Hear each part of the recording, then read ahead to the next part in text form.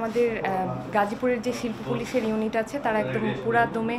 আল্লাহর রহমতে 4টা ভাগ করে যেমন গাজীপুরের জোনগুলোকে ওনারা যেমন একদম কার্যক্রমটা শুরু করলো। তো আমাদের মাঝখানে যে আসলে সারা বাংলাদেশ যে একটা পরিস্থিতির মধ্য দিয়ে গিয়েছে, ওর মাঝখানে আমাদের মতো মানুষ যারা অনেস্টলি ব্যবসা করার চেষ্টা করি তাদের কিন্তু মেইন শঙ্কাটা ছিল যে কিছু হলে আমরা কোথায় গিয়ে বলবো, কার কাছে যাব। তো আলহামদুলিল্লাহ যখন প্রশাসন কাজটা শুরু করে আমরা আশ্বস্ত ফিল করি। তো আল্লাহর রহমতে যেমন মালিক শ্রমিক এখন নির্বিঘ্নে যেমন কনফিডেন্টলি কাজটা করতে পারছে,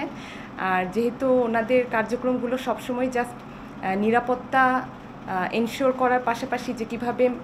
মালিকরা শ্রমিকদেরকে ডিউ টাইমে বেতনটা দিয়ে কিভাবে পরিবেশটা শৃঙ্খলাটা সুন্দর করে রাখবে,